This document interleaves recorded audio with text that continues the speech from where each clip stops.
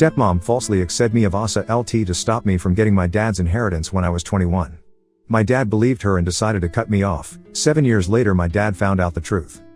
Hello everyone. My biological parents split up when I was 9 and my parents got equal custody of me. I would stay with my mom for 5 days a week since she lived near my school and my weekends were spent with my dad. Despite their divorce, my parents have always been kind and gentle to me. Although I was unhappy that my parents were not together, I also understood that they loved me regardless of their relationship with each other. A couple of years later my dad met my stepmother Gina. When my dad first introduced my stepmom to me I was 11 years old. She seemed really nice to me and my dad looked so happy that we met hoping for us to get along. She had twins, Emma and Emily, who were both 14 years old at that time and had basically only been raised by her since their father had been absent from the time of their birth. This is why the girls were quite immature for their age and would throw tantrums publicly if Gina and my dad didn't buy them what they wanted or if things wouldn't go their way. I was an introvert and completely opposite to them, so I would sit silently and watch them embarrass themselves. After a year of dating, they decided to get married when I was 12, and even my mom attended their wedding. I was so happy that I had a new member in our family who would also be there for me. I thought my stepmother were getting along until I think a few months after their honeymoon she told me while we were alone one morning that she didn't really like me and that we just needed to pretend to like each other for my dad when he was around. She continued to tell me that whenever my dad was not there I should not bother her since she hated seeing my face, which reminded her so much of my mom. My tiny heart broke hearing her cruel words. I did not expect her to say something like that. I genuinely liked her and thought that our relationship was going to be okay, but alas she did not see me that way. The twins of course heard her say this and they would later tease me about how I didn't have a dad and my dad loved them more than me. I remember crying and telling my mom about this, who immediately called up my dad and gave him a hearing.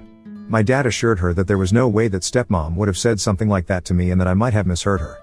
The next weekend when I came to meet my father, my stepmother seemed pissed. She didn't say a word in front of my dad, but as soon as he had left, she furiously whispered to me about how she was going to make sure that I would not have a dad left in my life if I ever told my mom anything about her. She also threatened me that she would divorce my dad and take away all his money, so if I didn't want to see my dad living on the streets then I should keep my mouth shut. I was just 12 years old and I was frightened for my dad, so I just nodded my head in agreement.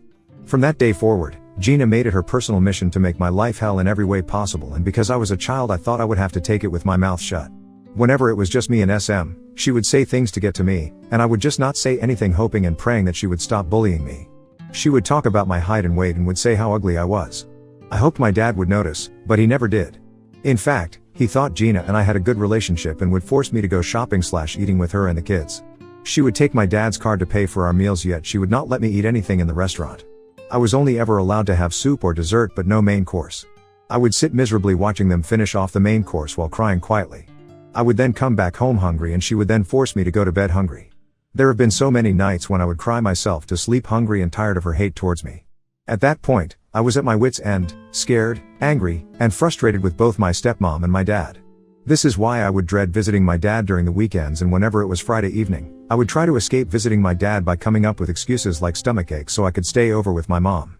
Of course, my parents started noticing this and my dad would call and tell me about how sad he was for not getting to see me. My mom would urge me to tell her if something was wrong, but I would always keep my mouth shut, still scared of Gina's threats. When I was 14 years old, my dad decided to take his entire family and me on a trip to Greece. Initially, I did not want to go, but my mother told me that this was a good opportunity for me to travel and experience the world, so I begrudgingly decided to join them. As usual, Gina pretended to be all sweet and kind in front of my dad, hugging me and asking me about school as if she was genuinely interested in my life. One thing I started noticing was that she would subtly tease me in her sweet voice, which was insulting to me, but at the same time it would not outrightly portray her as being mean. For example, whenever I talked about how I was playing basketball, she would make jokes about how I should be taller if I wanted to play that sport even though I was quite tall for my age, and would then say how I should concentrate more on studies rather than sports if I ever wanted to be something in my life. The twins would then smirk and call me names like meathead even though I had better grades than them. My dad would notice this but would choose to ignore it. Whenever I would voice out that what she said made me uncomfortable and hurt, my dad would insist that she was just teasing and that I should lighten up. Gina would nod her head and tell my dad how I had no sense of humor and that I should have some fun just like she was. This continued to happen throughout the vacation, and one day, in a moment of anger when she and the twins were teasing me yet again about my weight while I was trying to enjoy the pool, I decided to be vindictive. I told the twins straight to their faces about how they both had double chin, which was embarrassing, and watched their faces fall. I then turned to look at Gina and told her that she should not be wearing a shrug over her bikini because I could still see her huge stomach protruding out, which made her look like a penguin. I watched Gina's face turn red in embarrassment and she got up to run back to the hotel room. The twins started yelling at me for being sexist and saying how I was horrible to say this about them. Later, they told my dad and he came to talk to me, clearly pissed. He asked if I had really talked to my stepmother and stepsisters that way, and when I nodded, he went on a rant about how he raised me better than this and how I should never talk to a woman about her weight. I argued back that they were talking about my weight, my looks, and my height, yet my dad forced me to apologize to Gina, who apparently had locked herself in the washroom crying after what I had told her. She and the twins made a big show about accepting my apologies. When I returned back home, I of course told my mom about all this, and she again talked with my dad, who was trying to blame me for everything, but my mother threatened that if Gina ever commented about my weight or looks, then she would call CPS on my father. This scared my father straight, and I don't know how, but Gina never said anything to me after that. Of course, she and the twins would blatantly ignore my presence whenever my dad wasn't around, but honestly, I was fine with that. During a time when I was 16 years old, my mom was away for a few days. I had to stay with my dad and Gina. Gina had been complaining to my dad for a few days about how she hated cooking for one more member, so on my last night, I decided to take over cooking dinner, since my mother had taught me to cook from a very young age, as she wanted me to be independent. When my stepmom heard that I was going to cook, she told me that she wanted to invite a few of her friends also. I cooked, set up the table, and served dinner to everyone. Everyone seemed to love my food and even praised me. Later, my dad decided to clean the dishes, so I was free to go to my room. This is when I heard Gina and her friends talking very loudly outside my window while I was in my room. Her friends were telling her how lucky she was to have a nice husband and such a great house. When they mentioned how nice it was that I cooked for them that night, stepmom immediately went on a rant about how annoying I was and that she couldn't stand seeing my face. She told her friends how she couldn't wait until I was 18 so she wouldn't have to see me every weekend. When one of her friends mentioned again how nice I seemed, Gina told her that she had actually expected me to fail and was hoping that I would mess up cooking the dishes so she would have something to blame me for. This really shocked me, because here I was trying to be polite to her even though I knew that she hated me, but she seemed to have already made up her mind and refused to budge. As time passed, this hate just kept growing. During college, when I went away, I would sometimes come to visit my dad on his insistence for a few days, but even then Gina would completely ignore me. She would knowingly schedule family activities with just dad and the twins, or her and the twins, so they would not be around much while I would be stuck at home. Every time I would wake up late because it was my vacation time, for Christ's sake, she would yell at me and tell me how embarrassing I was. She would call me lazy and inconsiderate if I made any messes around the house, even though I would always clean it up. I knew for a fact I was always respectful to her, because my dad would have my head if I wasn't. I was very polite towards her and treated them very lightly to make sure I did not say or do anything that would upset her. But it felt like it was not enough, and that I was still doing something wrong. She also was inconsiderate about my privacy. She would loudly come into my room while I was sleeping and wake me up, or barge into my room without bothering to knock, which would make me extremely uncomfortable. She would randomly check my room and under my bed for God knows what. She would refuse to pick up dinner for me, but would do it for the family and would not invite me to come down for dinner. Regardless of this, I would just keep my mouth shut and my head down and try to spend time with dad whenever I could. Now coming on to the main incident, when I turned 21, my dad asked me to come visit him. He told me how he had some important news to share. It had been a while since I visited my dad, so I was a bit apprehensive, but my mother encouraged me to visit, saying that he had some good news for me. I agreed and booked my tickets. When I arrived, I was greeted warmly by my dad at the airport and we drove back to his place. I asked my dad what it was that he wanted to talk to me about, but he assured me that he would reveal everything during the family dinner. When we arrived, I noticed that the twins were home also. It had been a while since I had seen them. Emma and Emily didn't even bother acknowledging my presence, and neither did I that night during family dinner. My dad started saying how he was proud to have 3 wonderful children in his life. He spoke about how grateful he was to have such a loving family and how he wanted to share some exciting news. The atmosphere seemed positive, and I couldn't help but feel a sense of anticipation. As my dad continued speaking, he looked at each of us with a smile, including Gina, who had been giving me icy glares all day. My dad continued to say how he had recently lost his friend to a heart attack, which had given him a harsh reality check and made him think about how lucky he was to have all of us. He had also spoken to a lawyer and made a will. Hearing the word will, I immediately watched Gina and the twins perk up in excitement. Dad continued to say how he had carefully thought about it and decided to leave the house to stepmom since she was his wife. Gina beamed in pride hearing that and kissed him on the cheeks. My dad lived in a 5-bedroom house, so if Gina ever decided to sell the place, she could have a fortune. Dad then continued to say that he had decided to leave me his entire retirement account money and his car. Now, my dad's car was not an ordinary car. It was a vintage car that he had spent a lot of money and time on maintaining. The car held sentimental value for both of us, as he had often shared stories of his youth and adventures associated with it. I sat there, still processing the information, and realized that leaving the car to me was my dad's way of expressing his love. As my dad spoke about how proud he was for me to inherit the car, Gina's expression shifted from pride to discontent. She exchanged glances with the twins, who seemed equally displeased. It was evident that the prospect of me inheriting a substantial amount of money and the cherished vintage car fueled their resentment. Dad, seemingly oblivious to the tension in the room, went on to say how he would leave the twins the joint bank account that he and Gina shared. Gina was a homemaker, so the money belonged to my dad entirely. He said that he wanted the money in that account to be equally divided between them. He told them how they would have money in this house to live in, so they had nothing to ever worry about in case if something happened to him. I was honestly fine with this arrangement, and it seemed fair to everyone also. However, the twins immediately expressed how they had expected more and that my dad should leave them his retirement account also, since I did not need it anyway. When my dad asked them why they would think so, Gina started saying that I was a guy, so I should find my own way of living while they were women and would need more money for financial stability. My dad reminded Gina that he had already provided her children with college funds, and now they would even get their house and bank account, so they had absolutely nothing to worry about. Gina kept insisting how I didn't deserve so much money, but my dad reiterated that his mind was made up. I was sitting quietly and listening while they continued to argue. Suddenly, out of nowhere, Gina burst out crying.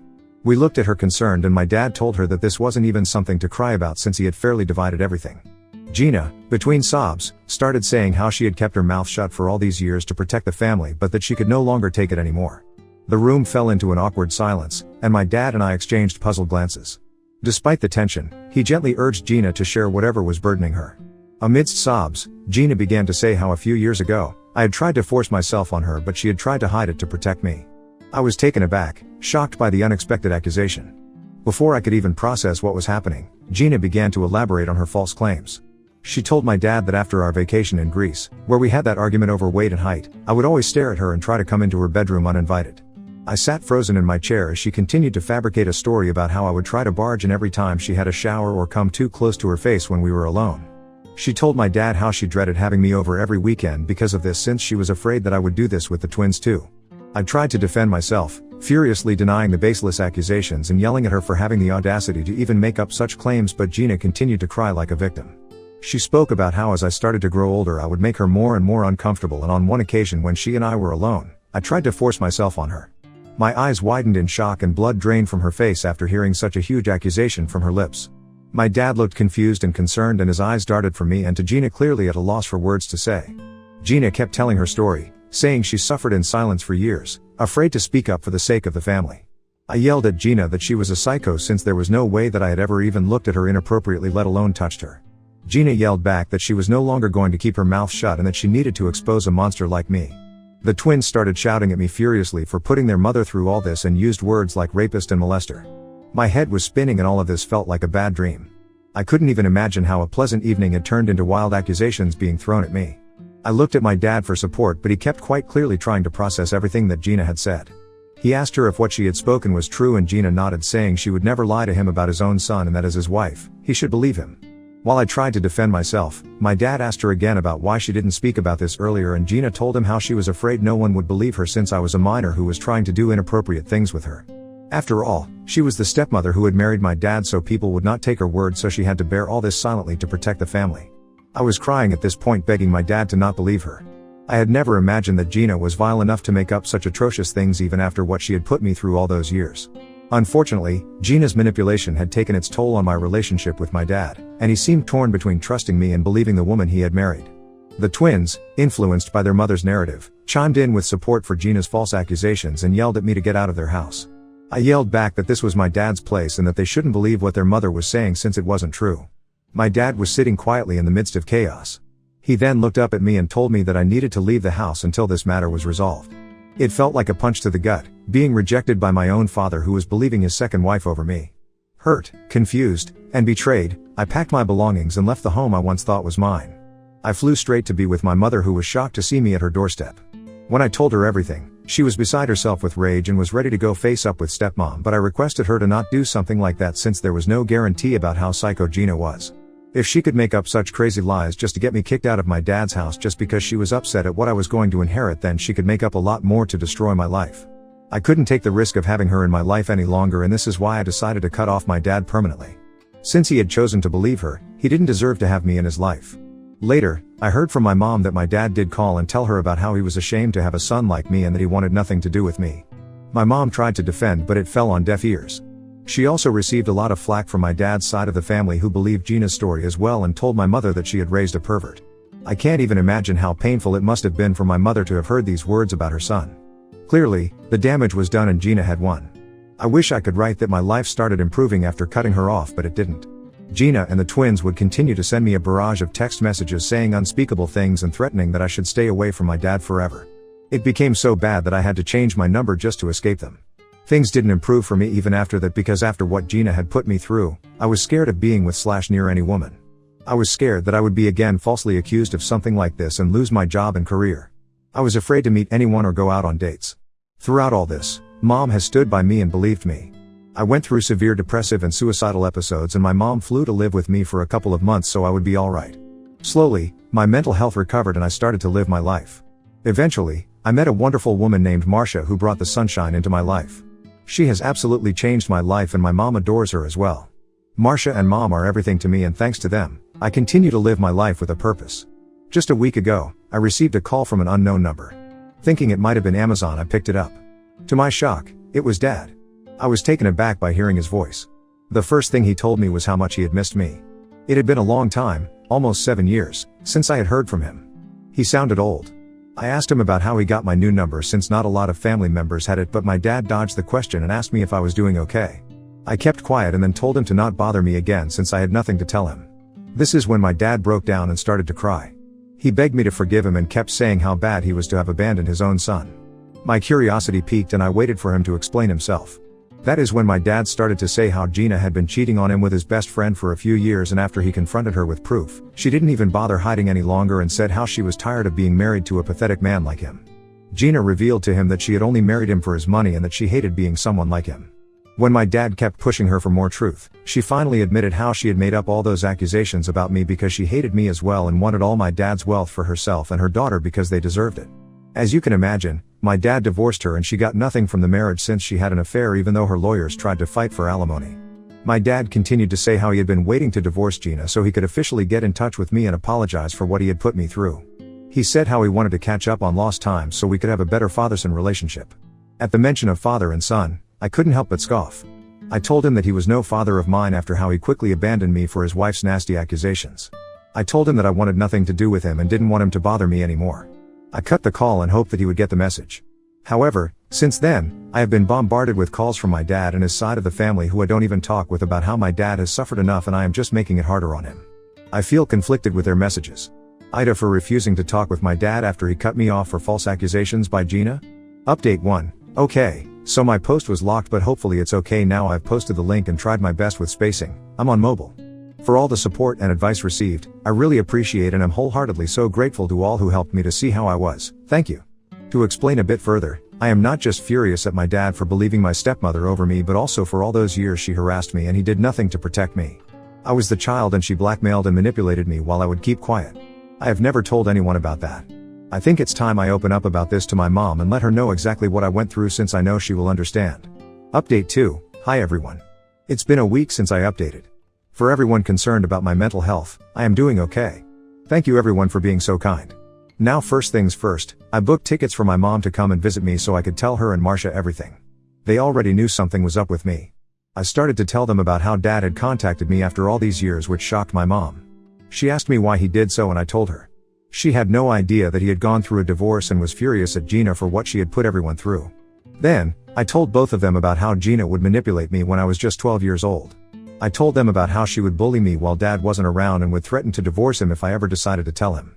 I didn't realize how traumatic these events were when I started to slowly open up about all those incidents that had happened to me one by one. By the time I was done recounting, I had tears streaming down my face. Marcia's and my mom were crying quietly as well. My mom immediately got up to hug me and kept repeating how I should not have held this all in and that it was okay for me to share this. I cried for half an hour straight while my mom continued to hug me.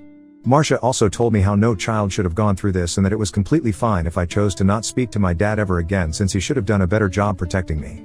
My mom nodded and told me that I didn't have any obligations to explain anything to my dad because when I needed him the most, he chose to believe his wife over me, and the only reason he was contacting me now was because he was lonely and had no family left. This is when I realized that they were indeed right.